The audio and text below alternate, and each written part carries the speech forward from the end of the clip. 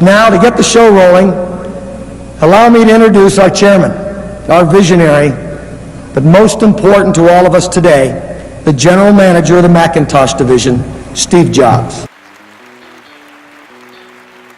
At a time where America is seeking ways to sustain its innovative edge, Steve Jobs stands as the ultimate icon of inventiveness and applied imagination. Even from an early age, he knew that the best way to create value was to connect creativity with technology, which contributed greatly to his immediate legacy.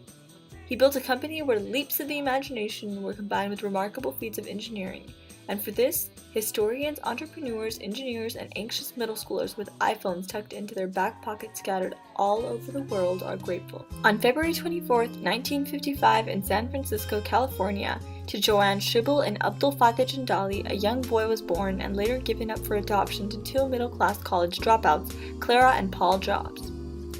A few years later, while Jobs was enrolled at Homestead High School in 1971, he was introduced to his future partner, Steve Wozniak, through a mutual friend. After high school, Jobs enrolled at Reed College in Portland. Lacking direction, he dropped out of college after 6 months and spent the next 18 months dropping in on creative classes at the school on typography. In 1974, Jobs began working for Atari as a video game designer. There, he often became entangled in quarrels with coworkers over his stench and poor hygiene. He then left Atari and traveled to India, where he sought enlightenment and began experimenting with psychedelic drugs. In the summer of 1975, Nolan Bushnell, a developer at Atari, called Jobs into his office to build a single-user version of Pong, promising a bonus for every chip fewer than $50 that he used. When Jobs proposed the idea to Wozniak, he was enthralled.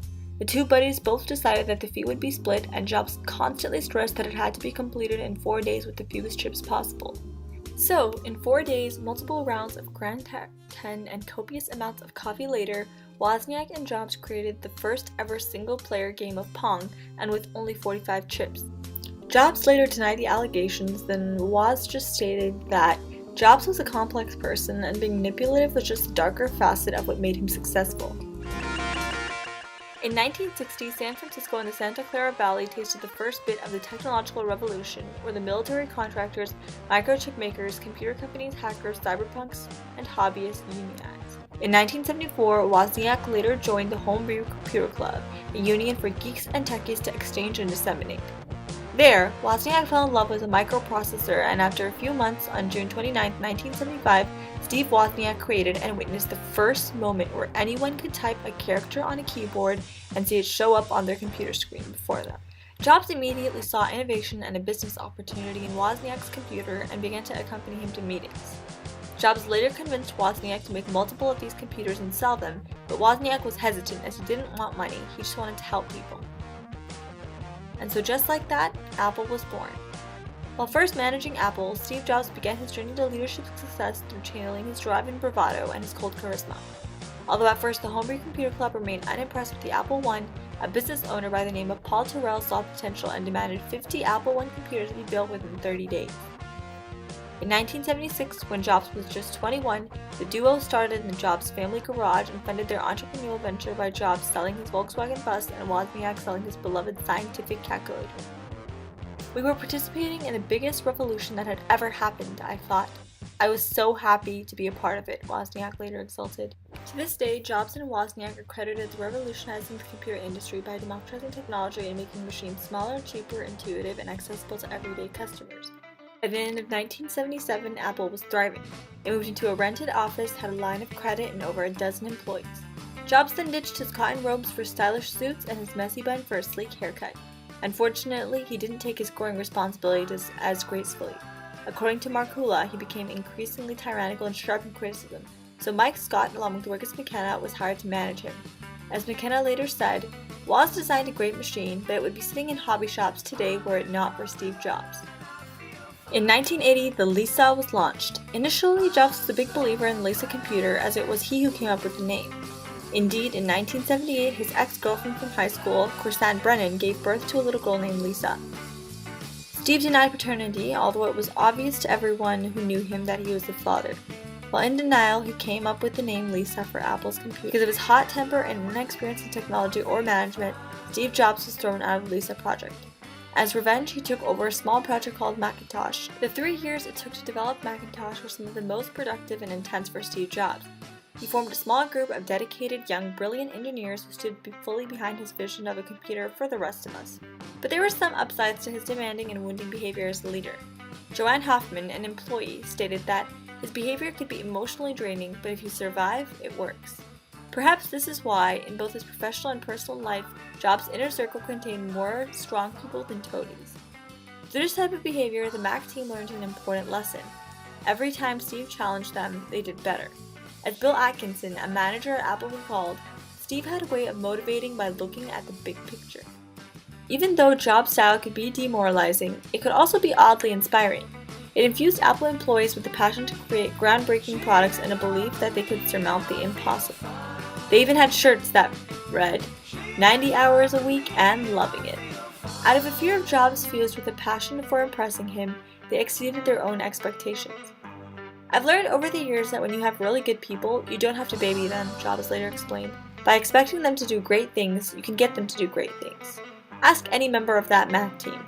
They will tell you it was worth the pain. And Debbie Coleman, a passionate member of the team, agrees. He would often shout at a meeting, "You idiot, you never do anything right." It was like an hourly occurrence. Yet I consider myself the absolute luckiest person in the world to have worked with him. But he was interested in pushing the limits of what, a personal technology item could be.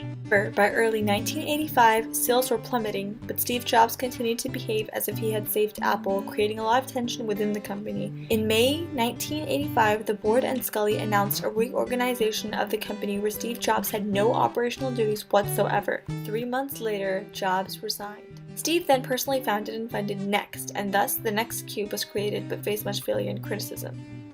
Steve Jobs had failed and he was devastated.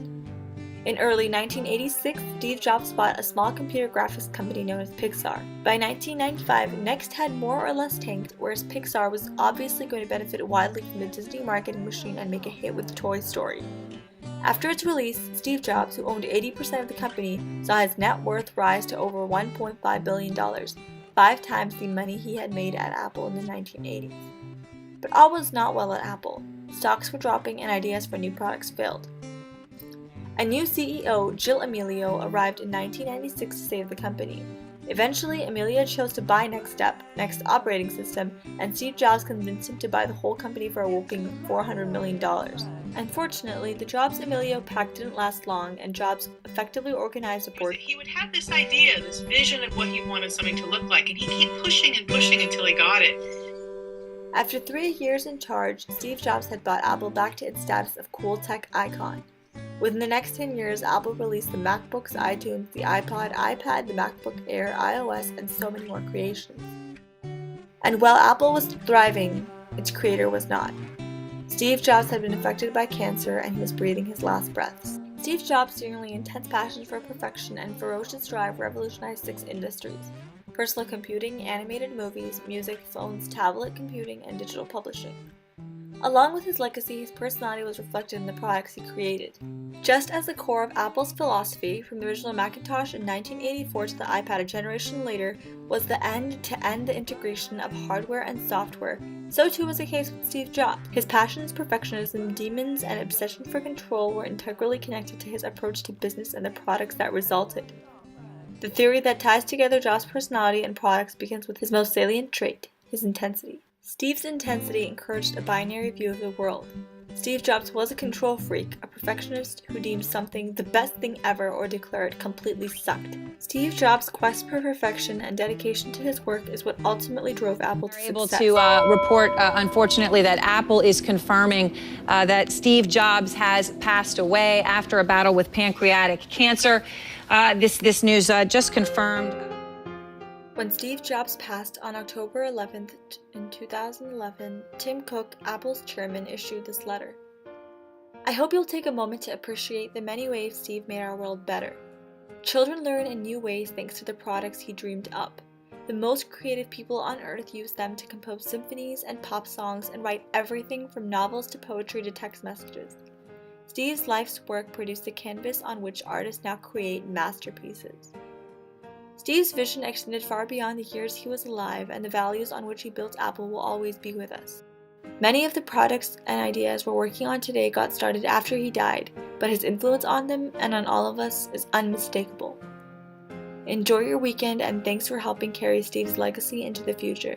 The renowned astronomer Johannes Kepler once declared that nature loves simplicity and unity. So did Steve Jobs.